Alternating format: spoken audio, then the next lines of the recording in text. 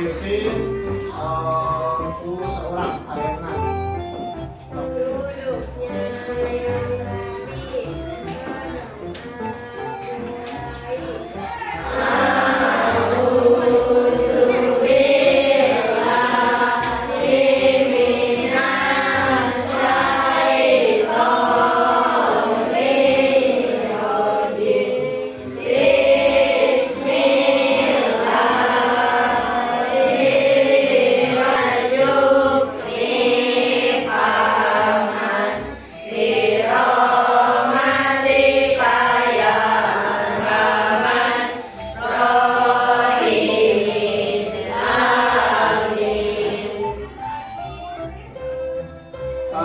Alhamdulillah hari ini kita bisa bertemu kembali. Kemana liburan anak 2 minggu? Kemana anak? Kemana wae? Ayo liburan. Ke Bandung. Kemana? Bilang anak. Rumah. Kami bapak di rumahnya di bumi wae ke kemana-mana. Jadi meskipun liburan, coba buat kita belajar sekarang. Temanya yaitu senangnya berteman. Teman-teman di sini ada yang punya kenalan dari luar Sumedang, luar kabupaten, luar provinsi, luar pulau, misalnya Pak Soeharto, B.J. Habibie, Gus Dur, Megawati, SBY, jadi sebenarnya jadi apa?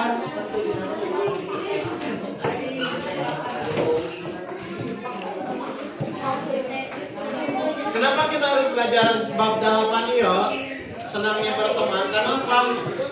Indonesia itu negara yang besar, ya, lebih dari 17.500 pulau dan baru 900 pulau. Di satu pulau itu banyak orang yang menetap di sana tinggal itu cuma 900. Ini 17.500 kalau 800 sebenarnya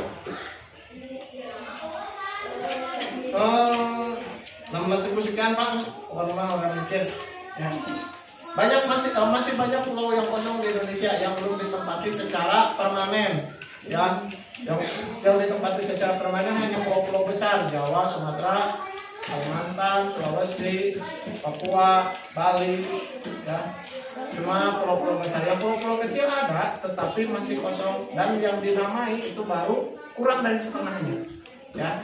Menurut rilisan data terbaru, kurang dari setengahnya yang baru dinamai.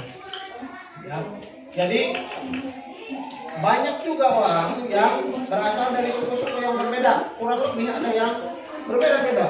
Ya, kalian tahu bahasa Norek? Sudah. Indonesia mau disebut karena itu bahasa lingua francanya, jadi bahasa pemersatu kita. Sunda, bahasa daerah. Jawa. Bahasanya bukan suku. Bahasa Tagalog, Melayu, bahasa Bataknya banyak, Batak Karo, ada Batak namanya Batak. Suku, saya suku nona. Baduy, Jawa,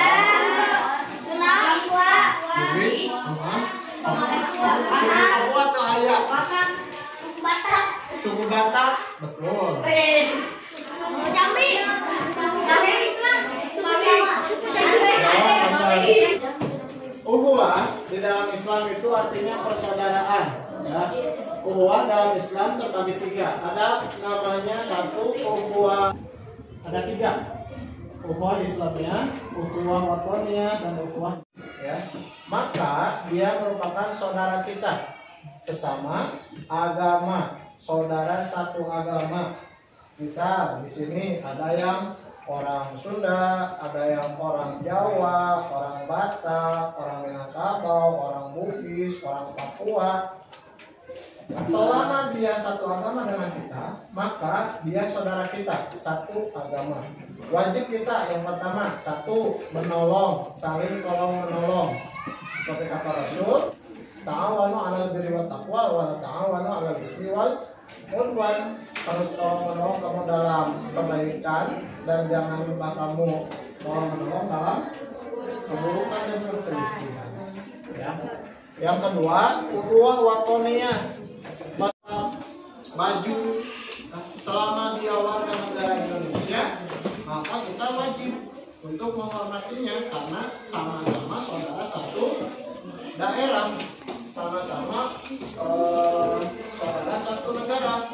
Kalau misal orang Sunda pergi merantau keluar daerah, nah di sana ketemu lagi dengan orang Sunda, otomatis kan orang kan negeri, oh ayo kebetulan orang sama orang Sunda merantau di sana. Orang Jawa yang merantau ke luar pulau misal, ya ketemu lagi dengan sama-sama orang Jawa, ayah dulu, nah, karena satu daerah. Tetapi yang lebih luas, misal ada orang Indonesia pergi ke luar negeri, pergi ke Singapura, pergi ke Australia, ya di sana ketemu lagi dengan orang Indonesia, maka tetap harus saling bantu membantu. Karena apa? Saudara satu negara, meskipun agamanya, sukunya, ada kebiasaannya itu berbeda. Jadi agamanya beda, meskipun tidak satu daerah dengan kita, tidak satu negara dengan kita, tetapi dia itu sama-sama manusia, ya, maka kita wajib menolongnya. Ulah bawakannya ayuna batur, misalnya berbeda negara, berbeda agama dengan kita, ketika susah, orang yang terbaik bisa ditolongan, padahal kita bisa untuk membantu. Maka wajib hukumnya untuk membantu orang yang kesusahan, ya. Dan juga orang baik dimanapun, meskipun tidak semuanya orang baik. Kalian tahu bahwa paman Nabi yang bernama Hamzah bin Abdul Muthalib itu ketika perang dibelah dadanya, kemudian diambil jantungnya, ya, oleh Hindus, kemudian dimakan, ya, kemudian digorengkan dulu. Kenapa? Karena saking dendamnya cenderung kepada pamannya Nabi Muhammad SAW, Hamzah namanya, maka jantungnya dibelah dan dimakan. Tetapi ketika peristiwa Fatuh Mekah, penaklukan kota Mekah, yang bukan karena perang tetapi karena perjanjian damai, waktu itu Nabi beberapa tahun sebelumnya itu mau haji tetapi dilarang, malah diserang balik, maka Nabi mengejar para sahabatnya. Ya, dalam suatu riwayat dikatakan 10.000 pasukan ke kota Mekah, dan kota Mekah waktu itu Masjidil Haram itu juga akan aman. Ya, maka orang-orang berkumpul di sana semuanya, satu kota, satu Mekah. Ya, tidak ada yang keluar rumah, kemudian tidak ada juga yang berkumpul di rumahnya kepala suku kaum Quraisy, ada yang di Masjidil Haram. Maka waktu itu Nabi masuk ke kota, menaklukkan kota Mekah, dan Hindun yang memakan jantung pamannya Nabi Muhammad tadi itu ada di sana. Ketika itu Hindun ketakutan, ya. Kenapa? Ada satu orang yang sangat berkuasa yang pada saat itu, ya, rekliku mahakarwa eta Hindun ku Nabi Muhammad SAW itu akan mewajarkan semuanya. Karena apa? Karena tadi saking parahnya itu si dadanya dibelah dan dimakan jantungnya mentah-mentah. Ya, ketika akan membalas, Nabi wajar tidak? Wajar kembali. Tetapi Nabi, mana dilakukan ke Nabi? Nabi memaafkan. Makanya waktu itu hidayah kata kepada Hindun ketika Nabi memaafkan waktu peristiwa Fatuh Mekah. Ketika itu, kok saya maafkan, tetapi jangan dekatkan dengan saya, katanya. Karena apa? Karena paman Nabi Muhammad itu Hamzah itu salah satu orang yang paling disayang oleh Nabi.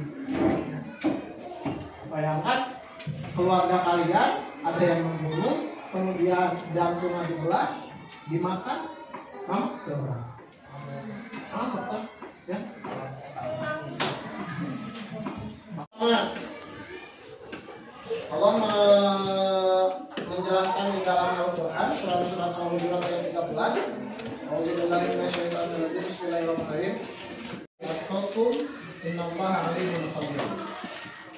Ya ayuhan nas, hai manusia, sesungguhnya kami menciptakan kamu dari seorang laki-laki dan perempuan dan menjadikan kamu berbangsa-bangsa dan bersuku-suku supaya kamu saling mengenal. Sesungguhnya orang yang paling mulia di antara kamu di sisi Allah ialah orang yang paling takwa di antara kamu. Sesungguhnya Allah Maha mengetahui lagi Maha mengenal. Jadi Allah sengaja, ya memang itu kudratnya, memang itu sunatullahnya, kita diciptakan berbangsa-bangsa dan bersuku-suku agar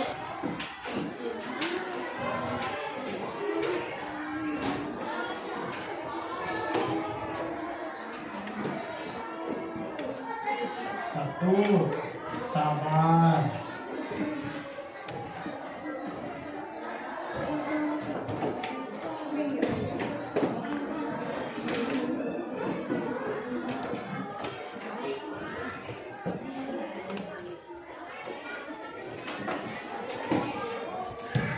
Dua.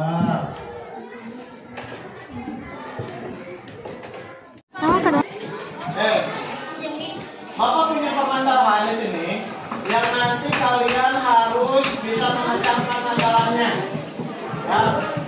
Kerja kelompok. Yang pertama untuk kelompok 1. Nah, pokoknya meskipun tugasnya untuk kelompok 1, tetapi kelompok yang lain juga dengarkan. Kelompok 1, permasalahannya seperti ini. Pada hari Minggu, Andi dan Amin mengerjakan tugas kelompok bersama. Tiba-tiba Andi meminta untuk pergi ke gereja. Dan Andi meminta Amin untuk melanjutkan mengerjakan tugas kelompoknya sendiri. Apa yang sebaiknya dilakukan oleh Amin? Ya, silahkan dikerjakan. Kasih solusinya. Mereka lagi kerja kelompok, ternyata hari Minggu Andi harus pergi ke gereja untuk berdoa. Silahkan Amin harus mengerjakan, meminta Amin untuk mengerjakan tugas kelompok. Kemudian apa yang harus dilakukan oleh Amin? Nomor 2. Budi dan Febrian sudah berteman lama. Febrian mengajak Budi untuk mengikuti ibadah kebaktian minggu di rumahnya. Jadi si Febrian itu orang Kristen. Mengajak Budi untuk ikut kebaktian di rumahnya. Dan Febrian berjanji pula untuk mengikuti Budi sholat Jumat berjamaah ke gereja. Kita ikut kebaktian minggu. Ya, nanti minggu depan, Jumat depan saya ikut Jumatan. Apa yang seharusnya dilakukan oleh Budi? Sikapnya harusnya seperti apa? Berikan solusi terbaik. Kelompok 3. Jawab dulu ya. Yang mengerti, pahami. Di kampung sebelah terjadi bencana alam. Daerah tersebut mayoritas beragama non-muslim. Kamu memiliki tabungan yang biasanya kamu sumbangkan ke panti asuhan setiap bulan. Apa yang sebaiknya kamu lakukan? Bayarkan. Kudu bisa membayarkan di otak masing-masing. Kurang di dia. Ini kamu lakukan ketika terjadi hal ini kepada kamu. Berikan solusi terbaik. Badai kumaha. Tuliskan. Sok, rembukan diskusi. Saya kurang mah main kena di kumahakan. Kelompok 4. Kami dan Arya sudah lama bersahabat. Ada berapa orang? 2. 1 Fahmi, 2 Al, Arya. Bersahabat sudah lama. Fahmi agamanya Islam, sedangkan sedangkan Arya beragama Buddha. Nah, mereka sangat dekat dan sering melakukan sesuatu bersama. Ya, saking dekatnya, orang bareng lain meskipun beda agama. Asli yang beragama Islam bersifat Islam, Arya ikut. Kalau Fahmi ingin mengajak Arya untuk agama Islam. Nah, bagaimana sikap terbaik yang harus dilakukan oleh Fahmi?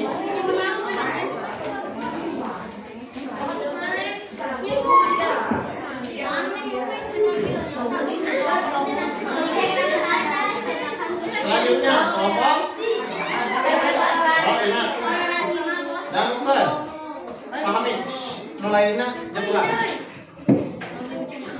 Ahmad dan Rudi, dua orang yang sudah lama bersahabat. Ahmad beragama Islam dan Rudi beragama Katolik. Suatu hari Rudi mengajak Ahmad untuk pergi ke agama Islam. Apa sikap terbaik yang harus dilakukan Ahmad untuk menolak ajakan Rudi? Ahmad orang Islam, Rudi orang Katolik. Rudi mengajak Ahmad tapi tidak mau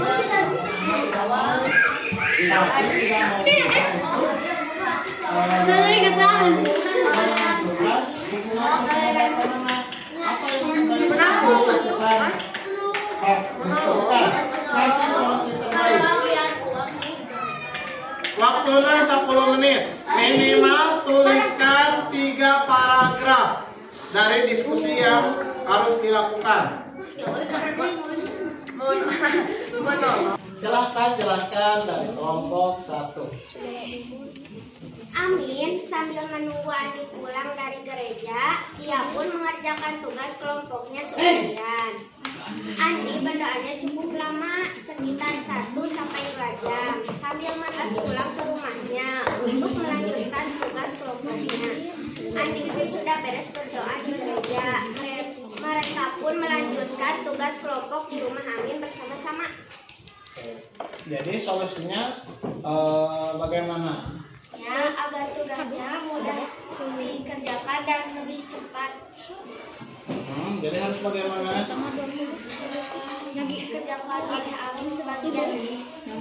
Kemudian yang sebagian lagi Nanti dikerjakan bersama-sama Amin dan Andi. Oke, apa-apa. Tapi meskipun Amin mengerjakan tugasnya itu lebih banyak, tetapi untuk kebaikan bersama boleh dikerjakan dulu. Terima kasih pada kelompok 1, tepuk tangan semuanya.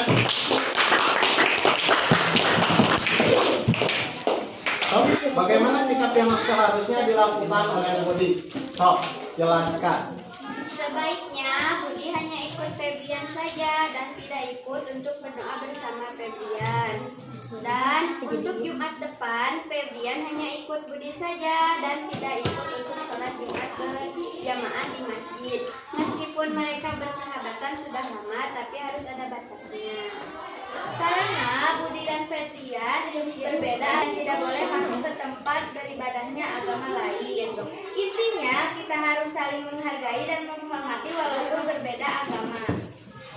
Sip. Bagaimana? Ada masukan dari kelompok yang lain? Solusi terbaik? Apa? Tidak ada.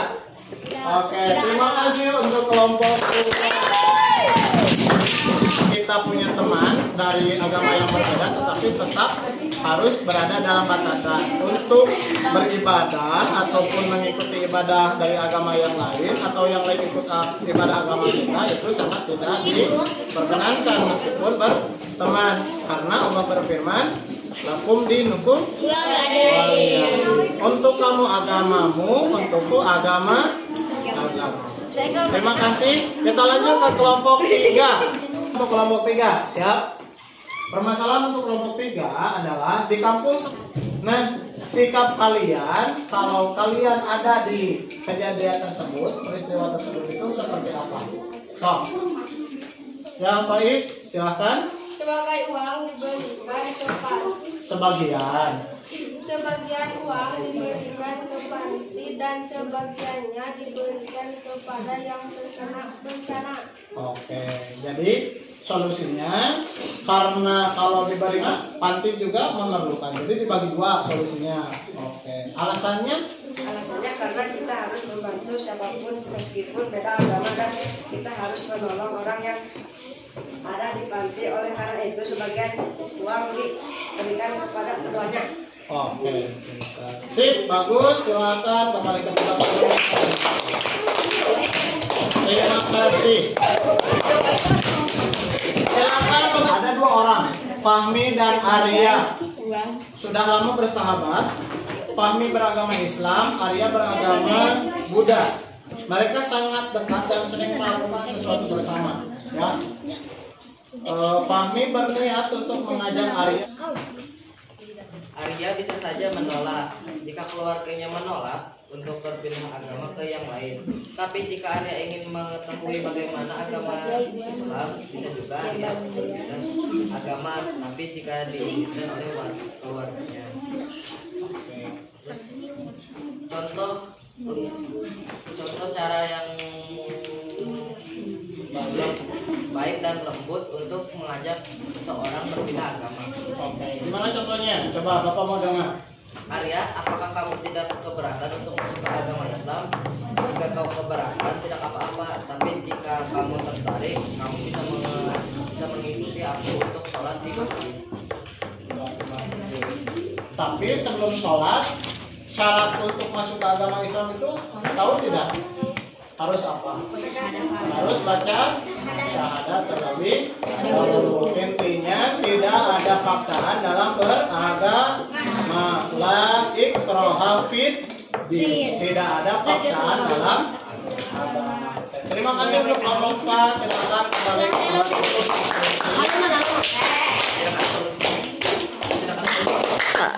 Untuk permasalahan kelompok 5, Bapak bacakan dulu ya. Ada dua orang, namanya Ahmad dan Rudi. Ahmad beragama Islam dan Rudi beragama Katolik. Mereka sangat dekat, tetapi dalam suatu hari, pada suatu hari, Rudi mengajak Ahmad untuk pergi beribadah ke gereja. Nah, Ahmad tidak enak dan ingin menolak ajakan tersebut. Bagaimana seharusnya sikap terbaik yang ditunjukkan oleh Ahmad? Silahkan bacakan solusinya seperti apa. Oh, ini dicontohkan. Oh, siapa yang jadi Ahmadnya? Enggak dulu, siapa dulu yang jadi Ahmadnya? Cung, Ahmad sama Rudi siapa? Sok maju ke depan, berhadapan-hadapan. Silahkan baca teksnya. Ini yang dicontohkan ya. Bisa.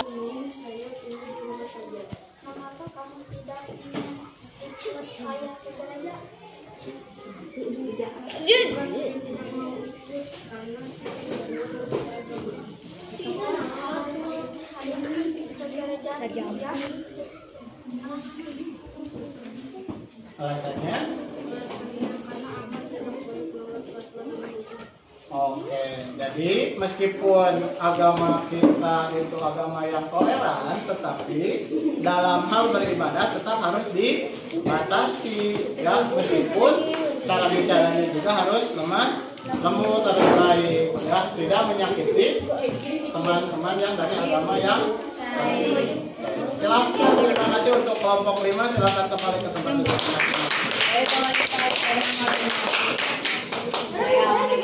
Alhamdulillah, presentasi tiap kelompok sudah selesai. Tadi ada yang mempresentasikannya dengan dengan alasannya, kemudian menggabungkan dengan monolog, kemudian juga ada yang lewat drama.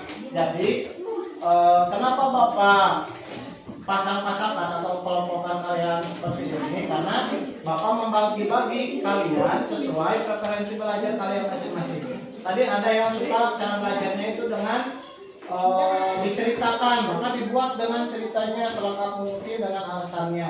Kemudian ada juga yang lebih ke praktikal, ya. Misal kelompok 2, bagaimana masalahnya dan apa solusinya. Kemudian ada juga yang langsung praktek, misal didramakan sesuai dengan keadaan sebenarnya seperti kelompok 5. Juga tadi ada dari kelompok 3 ya. Jadi alhamdulillah semuanya sudah paham apa yang disampaikan dan bagaimana solusinya. Bapak harap jadi setelah belajar kali ini teman-teman juga bisa memberikan solusi yang terbaik bagi teman kalian ketika ada permasalahan. Ya, belajar untuk jadi orang yang memberikan solusi, bukan memberikan masalah. Jangan sampai jadi orang yang kehadirannya itu tidak diharapkan, tetapi jadi orang yang selalu diharapkan kehadiran. Ya. Oke, terima kasih. Sekian dari Bapak. Mudah-mudahan untuk hari ini kita belajarnya bermanfaat. Untuk pertemuan selanjutnya kita akan lanjutkan dan membahas yang sama. Sekian dari Bapak. Wassalamualaikum warahmatullahi wabarakatuh.